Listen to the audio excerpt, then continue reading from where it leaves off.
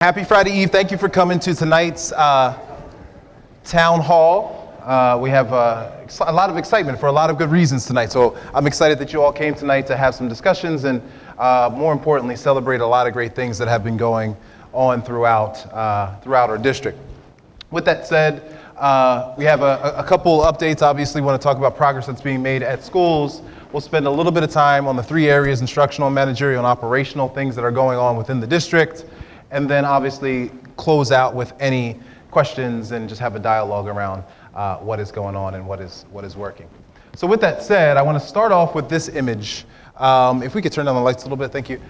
This image is actually a picture of, for those NFL fans, that's the picture of the NFL replay room in New York City. And in this room, there are obviously a number of people who are constantly looking at snapshots of data constantly around what is going on play by play by play, to make sure that the game gets better, to make sure that they're getting it right, to make sure that the game that is determining winners or losers are accurate based on the information that they have. And in this situation, this is kind of our instant replay constantly, right? This is what the state holds us to. These are the areas in which the state says, you know what, we need to see you win in these areas. And now I won't lie, this is, I've seen 3 or 4 iterations of this in different states, from Florida to New York to Pennsylvania, where we had report cards like this. But I will say in the state of Ohio, this could be one of the most rigorous report cards that I've seen. And so the progress that is being made by schools in our district is true progress. And it's something that should be celebrated because of the challenge and the level of expectation that is built into that document. So with that said, it's time to talk a little bit about the progress that teams have made at each and every school. When you think about it, using the football analogy a little bit more, this is that moment where, that first down marker is met. We're celebrating because we're making that step forward. There are 5 amazing schools that have made huge strides. And as a district, we have to take that time, and we should take that time to celebrate all the great things that have gone in to make those schools fantastic. And so the first step was to reach out to the school leaders of each of those schools. And I asked those school leaders to give just one simple quote, one quote that captures what the team of people at that school did. Now, I will say, I received those responses back from those 5 schools. A couple schools decided, I had to add a couple sentences to their explanation. A couple maybe gave 4 or 5. I won't mention that individual leader's name, but I think it was interesting to note that they just had so many wonderful things to say about the people that are in their building. I think it was so much about the team, it was so much about their teachers, it was so much about their kids that they couldn't just contain it to one sentence. But for the sake of tonight, I tried to capture just the one quote from each school and have that school leader and that school leadership team to come up and be recognized in a moment. But without further ado, though, this was the first quote that I received back. Just take a second to read it.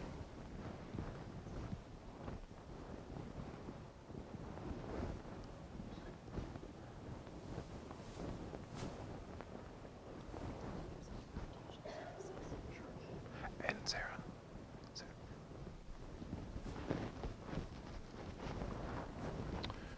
So when I reached out to this principal, now former principal, she was overwhelmed. She was absolutely overwhelmed by just the fact that the hard work that she committed her career to and the hard work that team committed their efforts to year after year was paying off. And I don't see her here tonight unless she's hiding right now. But I know she was planning to be here with her team from Garfield Elementary. But it is truly a commendable feat to realize at Garfield Elementary that there was not only 1, but 2 areas on that report card, one of the most daunting report cards that I've ever seen, where they had made not only some growth, but amazing growth in 2 different areas. So without further ado, I would like to congratulate Garfield Elementary. Oh, she wanted an entrance. Come on in, Michelle Spots, come on in. So Michelle, if you could come up, anyone from Garfield Elementary, are you here? Garfield Elementary, are you here? Anyone from Garfield? Yes, come on up, Garfield Elementary, come on up. We're gonna get a picture with you.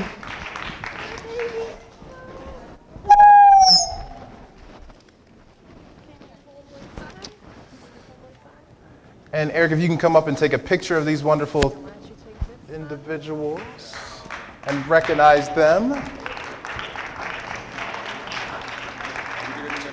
There you go, Miss Spots. Thank you. Got it? Oh, did...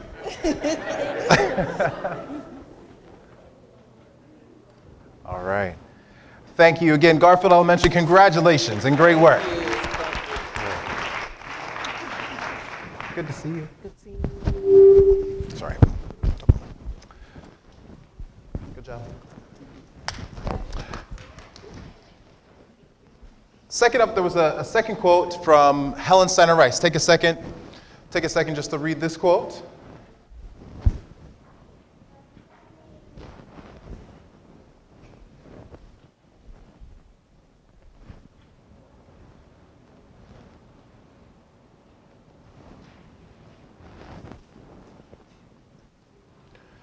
What makes this quote really special, and if you know, Brandon, if you go to Helen Steiner Rice at any time and just feel the energy at that school, it's really palpable.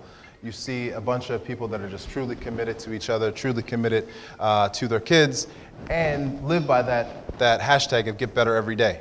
One of the things that I appreciate about that team and I appreciate about teachers and leaders in that building is that they constantly are trying to figure out how to get better. It's really magical to see that in place.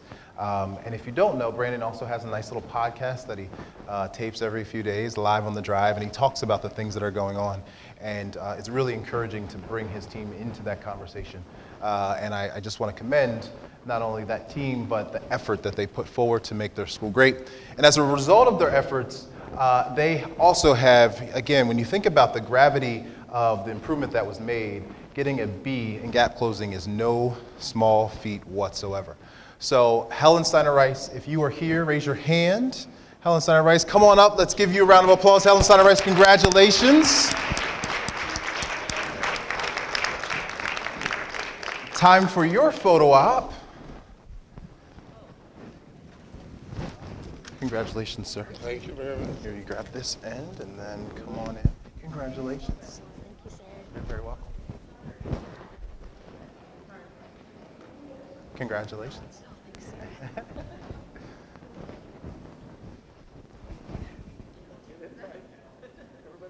Oh, you have to go tighter. All right. Congratulations. Great job. Great job. Congratulations, Helen Steiner Rice.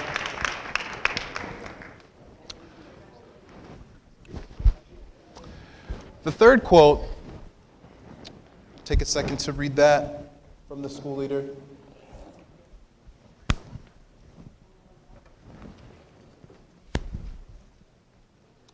For this quote, it's interesting to note, and if you know about the leader and you know about that team and you go into that building, there's a slogan that drives that school to the point where I think almost the entire district knows that slogan because of the joy and intentionality around the work that they do every single day is driven by numbers. It's driven by getting better.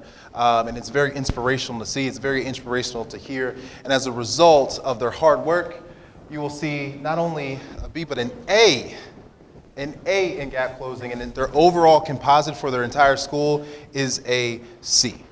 And this is something that is extremely commendable. The hard work that's put into making that happen is real, and it's continuous and constant. So please celebrate with us Larkmore Elementary.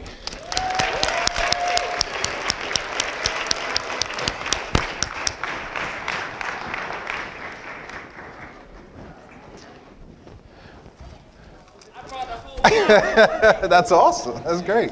There you go. Oh, that's fantastic.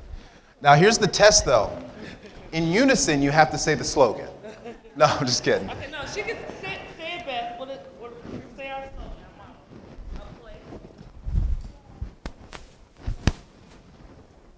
Fantastic. Fantastic. Oh, wait, this is Oh, wow.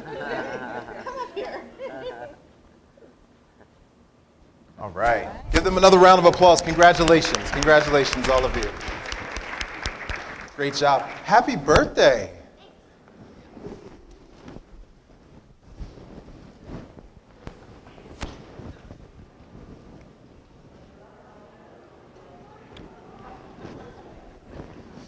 Here's the fourth quote from one of our leaders.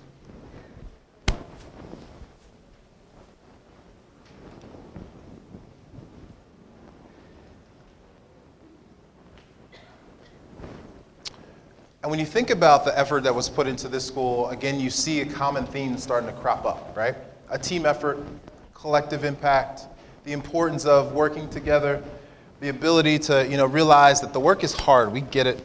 We understand that it's difficult, but going that extra mile through intervention in other areas pays off. In particular, at Southview Middle School, they spent a lot of time and effort, not only giving high fives, but making sure that their kids are always put first. And it came through a lot of hard work, a lot of dedication from not only the school leadership team, but all of their teachers who every day worked tirelessly to get to where they are, where you see, again, a high B in probably one of the hardest categories on that report card, while also getting a C composite for their overall score. So just to be clear, the C at the bottom is like after all of the points are added up on the state report card, they are a C. Even though our district report card is very different, their school has created that for their entire scorecard, which is amazing to see and amazing to hear, and the only middle school that has done that this year. So without further ado, Southview Middle.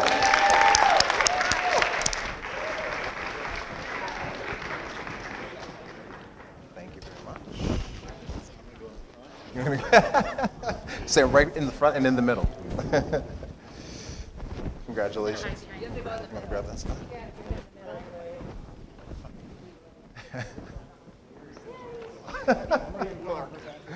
He's tall. Yes.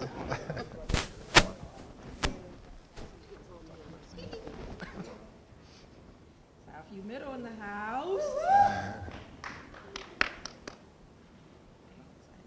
All right. Give him another round of applause.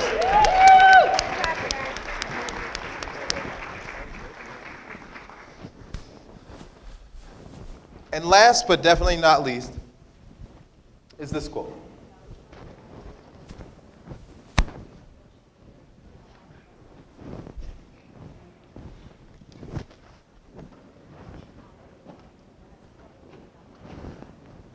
So one of the first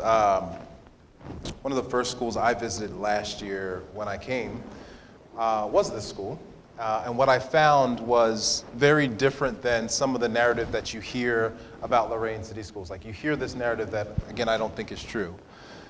But when you go into the school, you see what is actually true. When you see and feel the love for kids, when you see that the adults love each other, you see the space where kids are truly there to learn. You see it as a result of great leadership and great teachers. And this quote symbolizes that because they put their kids first and they really focused on everything they needed to do to make sure their kids were great every single day. And at Toni Morrison, you will see that they also made huge strides both in gap closing and K-3 literacy, which when you think about the importance of those two things, again, closing the achievement gap while also focusing on reading, right? Reading is the cornerstone of everything that we need to be successful in life, and they made huge improvements in both. So without further ado, I would like to congratulate the leadership and the teachers from Toni Morrison Elementary School. Don't be shy, come on up.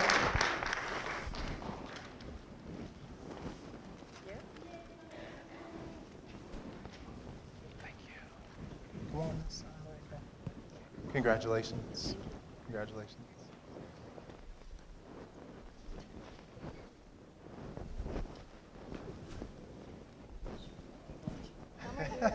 You should go right in the middle, right in the front.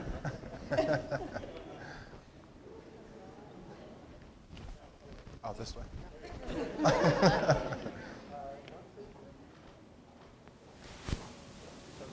Fantastic. Congratulations, Toni Morrison.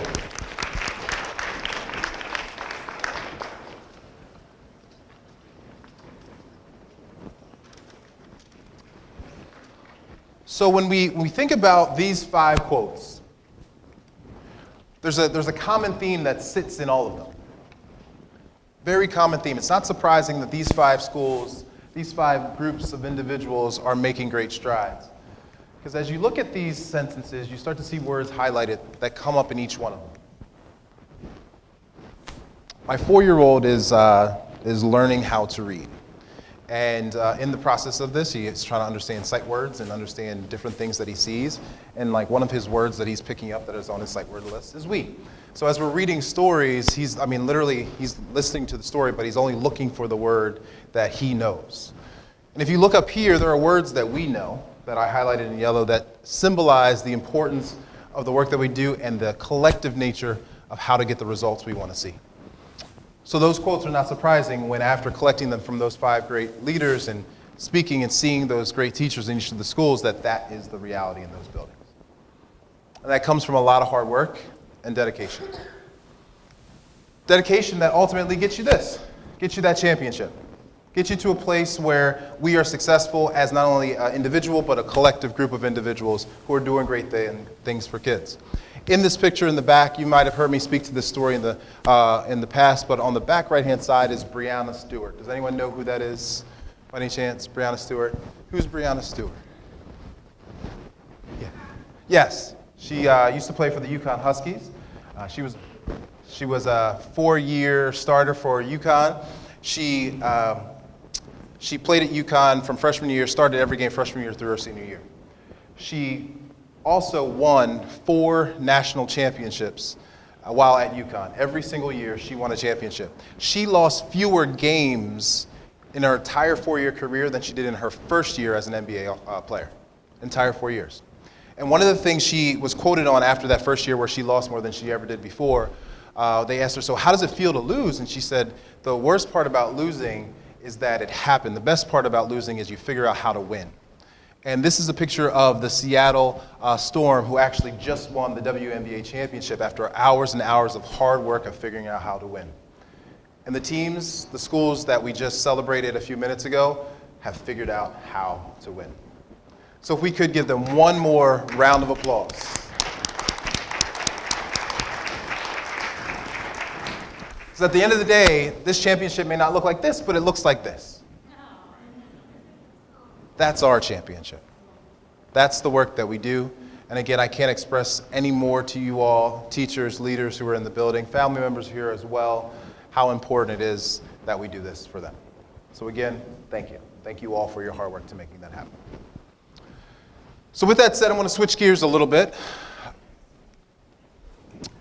and talk about and continue to use this theme of football about just to think about the game of inches that we're playing every single day, right? And so the 5 schools that we just highlighted understood that and then made great strides across the board to go that extra mile, go that extra inch to get that first down. And sometimes when that happens, that first down is a little more elusive than we think.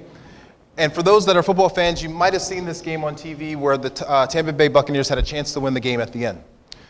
They had the ball about the 20-yard line. They were going to score. And what they realized is that they only had 7 seconds to do it. They had to figure out how to get across that end line. And what was the result was this.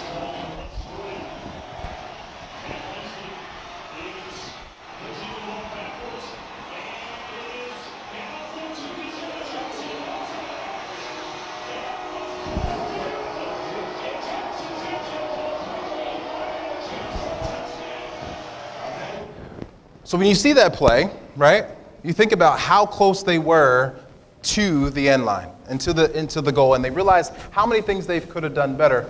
And as you think about and see this image of a team that is trying to get across that finish line, there might have been that one small step, one small mistake, or one area where they could improve to get across that goal line. DeSean Jackson at the end of that game was interviewed about his ability to get from about the 6-yard line to the end zone before the Atlanta Falcons got to him. And his quote was this. He did not care about the glory of potentially getting across that end line. He cared about the value of the team in that locker room. And even though they lost, they realized they were so close to winning and that they are way too talented to see the result that they had. And for that reason, later in the clip, you'll see him talk about the little things they had to do to get better. And so I bring that up as you look at the stat line of that game, you'll see really the only difference between the team that won and the team that lost was the turnover or two that they had. The little things that make the difference between winning and losing. So I say this because all of these little details that go into the work that we do every single day create the bigger picture we want to see for our kids. And there are 5 schools that were here tonight that have looked at those little details and spent extra time to ensure those details were happening so the success for the bigger, broader school was happening. And at the same time, as a district, we're thinking about what are the little things we need to do to continue to push on to make sure that the big picture is happening. And I understand when we think about those little details, they're not always easy. They're not always things we can grab on and say, you know what, I'm 110% behind those things. But it's the little things that will get us to where we want to be so we can get across that end line. And I want to talk to a few of those things. So one of those things, in short, comes from this recent research. Has anyone read this yet or seen it online? The opportunity myth? Anyone? I saw a few hands kind of pop up here and there. Right. The essence of this talks about the importance of the work that we put in front of our kids every single day. It was research that was done over a longitudinal period of time. Over 4,000 kids were part of this research, and it spoke to the importance of the work that our kids do and commit to every single day, and the work product that prepares them for life after high school.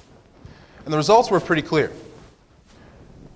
Pretty much it said that students who are in school every single day want harder work.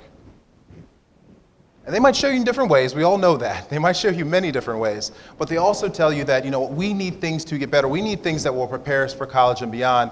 But when they don't have those, they lose out on significant amount of education. And I bring this up because some of the things, the little details, to go back to that quote, the little details that we're trying to add to the big picture, those little details are the little things that we believe will push us further, faster to ensure that our kids don't realize the things that are in the opportunity myth. Some of those things, and this was actually just really eye-opening. You probably can't see the details in here, but I commend school leaders and teachers who have decided to spend more time thinking critically about the work that matters. So when we have early release days, again, a smaller detail to a bigger picture, our early release days are intended to be more focused. On the left-hand side is an example of an old agenda for a PD day last year. We took the same agenda from the same school, and you can see the difference in the agenda and the purpose and the intent that goes into that day. Now, it may seem like a small thing when you think about an agenda, when you think about the work that's being done, but you'll see that the intentionality and the focus and the effort should be commended for what the teachers and leaders did on the right-hand side, and it was a growing point from the left-hand side. Example number 1. Example number 2 is when we think about how we provide our kids feedback on the work that they do, we realize we have to be more detailed in what we give them and how we highlight the work that they do and what they're actually mastering. The opportunity myth speaks directly to that. The opportunity myth speaks directly to the fact that when we give a child a letter grade or we give our child a grade that doesn't provide them insight on what they're truly mastering, it's actually more of a disservice. So a child who receives an A may not be prepared for college or beyond because they received an A. And the detail that goes into providing those grades are critical so we know where our kids need to grow and where we need to push them and how we need to push them as they grow in school. So you see the detail from the left-hand side to the right-hand side. Again, detail a part of the bigger picture. The third piece is thinking about how we are holding ourselves accountable. And that's all the way up to the top. Teachers, you may not have seen this, but leaders, you have seen this probably a few times now. We've aligned our big board or the dashboard that we look at the district office to the same standards in which teachers are grading our kids against: academics, effort, and behavior. Those 3 buckets we hold our school leaders accountable to so that we can see exactly what is going on and how schools are performing day to day. So when you have questions around what are the things we're looking at, is the district like reading my email, or are they doing, like all of those things are nowhere near important as this document. None of those things happen, but more importantly, these are the things that drive our conversations because we have to constantly get better, a little bit better every single day. I won't go in great detail to each one of these data points because there's a lot of them, but more importantly, these data points are directly a result of all the little details that will get that football across the end line for us. What you'll see, though, there is a 4-point scale in which we will provide feedback to our school leaders on how they're performing in each of those areas. And then on the far right-hand side, you'll see the owner at the district level who's responsible for those results. So when they meet with me, I'm going to be asking them, how are we doing in this area, and hold them accountable to those results. So when you think about what really matters, what does the district office really talk about and think about every single day? It's this. It's this.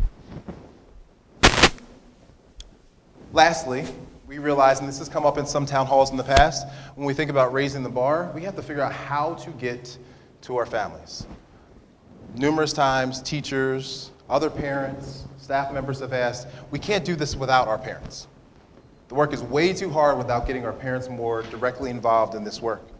And so on October 27th, we will have our first Family University session this year. We're inviting all families to be a part of a morning of learning, where there'll be an opportunity to learn from everything around instruction to different areas of what it means and what it will take to support our young people, to just being a part of a community of learning on how we get better together from home all the way back to school.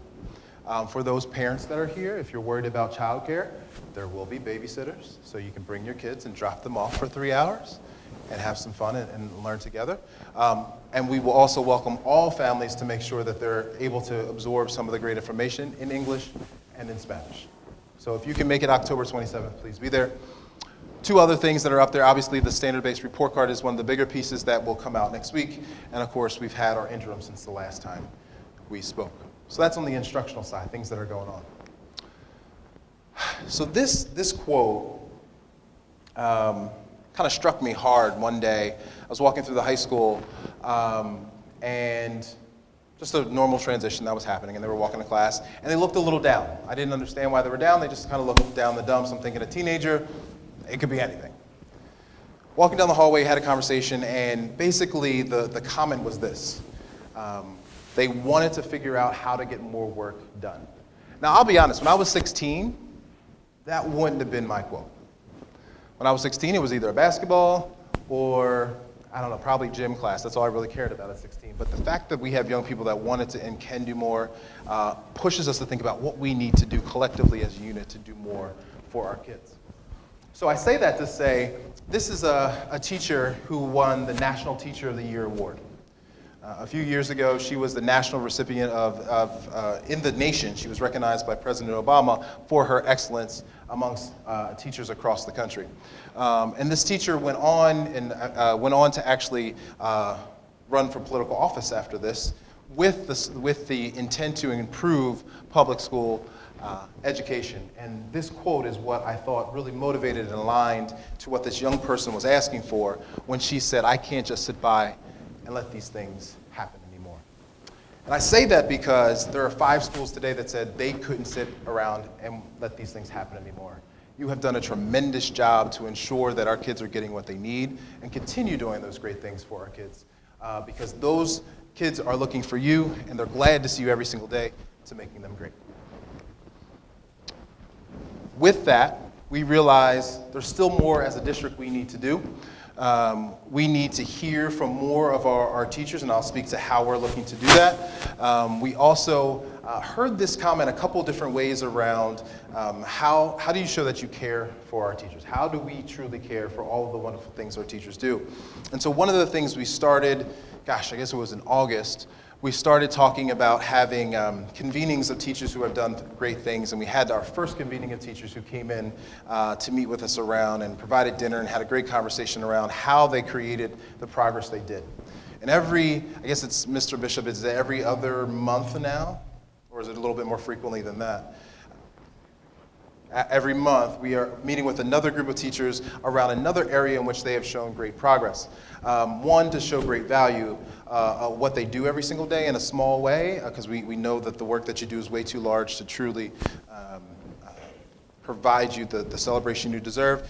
But adding up to this culminating day where we'll have an Expect Excellence Award, which will happen in May, where we will celebrate our Teacher of the Year, where we will celebrate the teachers that are doing outstanding things in a real way. So know that that's on top of our mind, and we recognize the hard work that you do. So the last piece is thinking about how do we create then a space for our teachers to voice some of these things? Because I think there are times when things are misinterpreted, or you may receive information via email that you're like, wow, that's very different than what I understood, or just maybe something that may provide questions for you that you just don't have a space to share. You don't have a space to speak to us about what's going through your mind. So we set up a way for our teachers in each of our schools to have time with our chiefs. And we've called them Chief Chats, and I'm glad there are teachers here that we began the process of having Chief Chats where teachers can come. We provide some food during your lunch block so you can stop in and talk to our chiefs and just ask general questions to see what's going on, what is on your mind, so we can find answers for you. In addition, we started a group called Teacher Executive Advisory Network, which is a group of teachers who have said, you know what, we want to be a part of the decision-making process of what's going through the district. We want to be a part of getting more professional development outside of the school day through another avenue. And through the application process and information sessions, we had a number of teachers say they were curious and want to be a part of it. We have identified 16 teachers across this district that will be a part of TEAM. You see the spread up there: math teachers, ELA, SPED, pre-K teachers, all ranges of experience as well are included into this very, I think, amazing group. We had like our first kumbaya moment, if you will. We came to the same room, and the energy in that room was real. It was going back to that teacher of the year who said, I can no longer sit and watch. Those 16 teachers decided they did not. And it was really powerful to see those individuals come together. And some of them will be joining us on our first school visit. I know I mentioned probably a few town halls ago that we would make school visits across the country throughout the year. And there's 2 teachers who will be heading with us to San Antonio, Texas on Monday and Tuesday to visit schools down there. So the members here will not only get that professional development and experiences, but also be a voice, help us understand the things that teachers need and are experiencing in the classroom to ensure we're doing right by you, but also, more importantly, doing right by our kids. So those are the big pieces on the managerial side of things. Operational, I'll be really quick with this because it's numbers and it's a lot more complicated than I simplified it here. But the question always comes up, how are we doing financially as a district?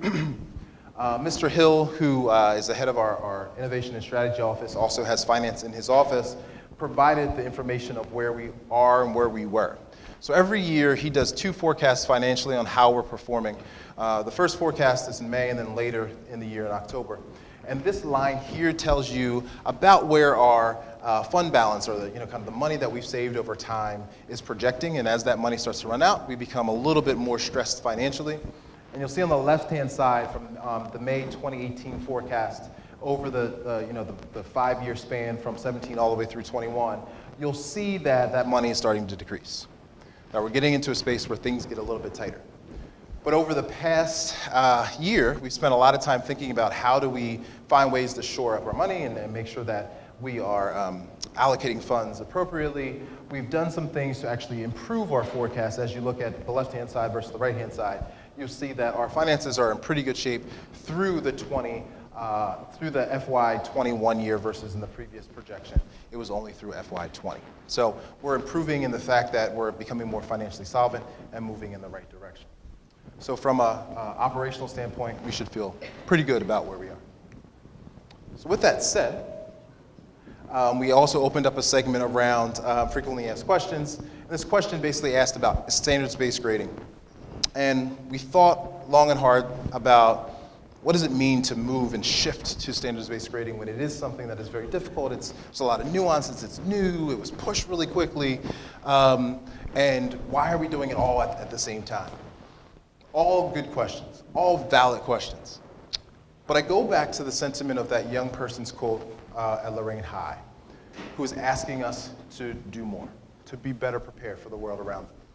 And we're not asking for perfection around standards-based grading. We're not asking for us to get it right the first time. We're asking us to try and ensure that we're doing whatever we can for our kids. And this aligns to the reality that, again, research is telling us. So it's not only just anecdotes, it's not only just a hunch, it's not only just something we wanted to do, it's not something that we were intending to penalize people for, but it's this.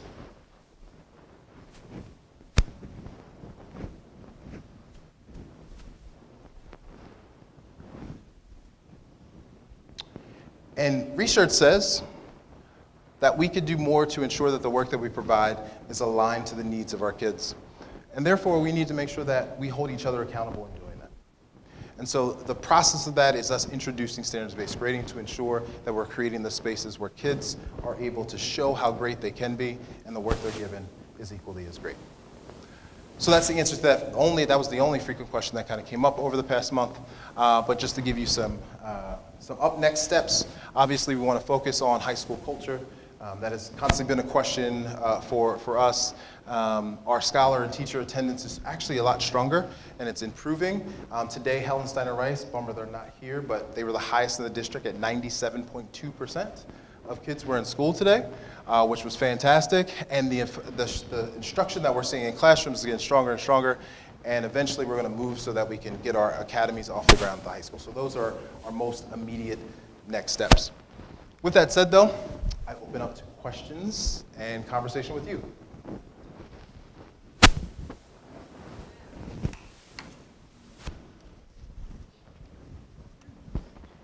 Any questions? Yes.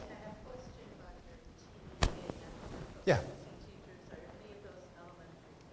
Yeah, so there are, I want to look at those numbers again, right? I think there's 2 preschool teachers that are in there. 2 preschool element, and There's a 5th grade teacher and a 1st grade teacher. I was just looking at that. I think ELA, there are 2 elements. So elementary school teachers who don't have a no, I think that I have to look. There's 2 elementary schools. I don't know. I don't have in addition to preschool.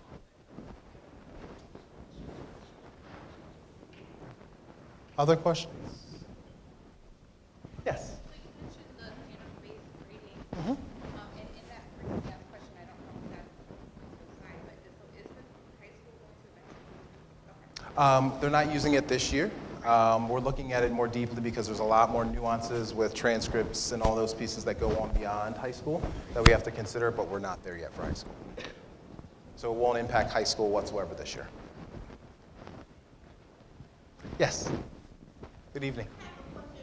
I found out the other day high school kids have to be in school at 7:30, and sunrise doesn't start now until 7:44. That means it's too late. They have to be in school before the sun even rises. What's the point of getting up in the dark and going to school before the sun even rises? I don't think they can learn that well that quick, early in the morning. Yeah. Yeah. It is a question. Sleep yet.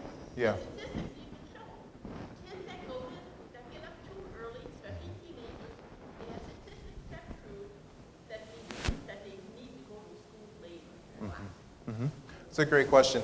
And I know historically, I don't know how long we've been on this bell schedule, maybe someone who's been here a little bit longer. The high school's been starting at 7:30 for a while. But it is a question that has come up over the past couple of weeks and months about, do we need to revisit high school, starting of high school times? And obviously we can't do it and won't do it in the middle of the year, but it is a point of conversation as we go into next year.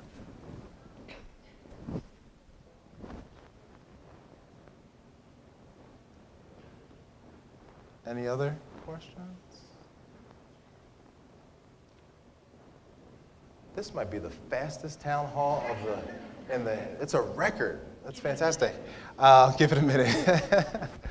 Well, if you do have questions, I will be here for a little bit longer. Our chiefs will be around as well if you have additional questions. But we do thank you for being here tonight. We appreciate you being part of celebrating our wonderful teachers and leaders in each of the 5 buildings. Have a great Thursday and have a great Friday. Thank you.